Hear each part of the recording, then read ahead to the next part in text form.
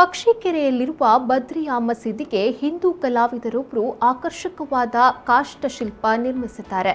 ಬದ್ರಿಯಾ ಜುಮಾ ಮಸೀದಿಯ ಒಳಾಂಗಣ ವಿನ್ಯಾಸ ಕಾರ್ಯ ಇತ್ತೀಚೆಗೆ ನಡೆದಿದ್ದು, ಸುಮಾರು 1,000 ಚದರದಡಿ ವ್ಯಾಪ್ತಿಯಲ್ಲಿ ಮರದ ಶಿಲ್ಪ ರಚಿಸಲಾಗಿದೆ. ಹಿಂದೂ ಶಿಲ್ಪಿಯೊಬ್ಬರು ಈ ಮಸೀದಿಯ ಒಳಭಾಗದ ಕೆತ್ತನೆ ಮಾಡಿರುವುದು ಗಮನ ಸೆಳೆಯುತ್ತಿದೆ. ಉಡುಪಿ ಜಿಲ್ಲೆಯ ಕಾಪುವಿನ ಹರೀಶ್ ಆಚಾರ್ಯ ಎಂಬುವರು ಮಸೀದಿಯ ಮರದ ಕೆತ್ತನೆಯನ್ನ ಮಾಡಿದ್ದಾರೆ. ಕಾಪು ಬಳಿಯ ಮಜೂರು ಎಂಬಲ್ಲಿನ ಮಸೀದಿಗೂ ಇವರದ್ದೇ ಮರದ ಕೆತ್ತನೆ. ಅಲ್ಲದೆ 25 ದೇವಸ್ಥಾನಗಳಲ್ಲಿ ಮರದ ಕೆತ್ತನೆಯನ್ನ ಮಾಡಿದ ಅನುಭವ ಇವರಿಗಿದೆ. ಉಡುಪಿ ಜಿಲ್ಲೆಯ ಕಾಪುವಿನ ಹರೀಶ್ ಆಚಾರ್ಯ ಎಂಬುವರು ಮಸೀದಿಯ ಮರದ ಕೆತ್ತನೆಯನ್ನ ಮಾಡಿದ್ದಾರೆ.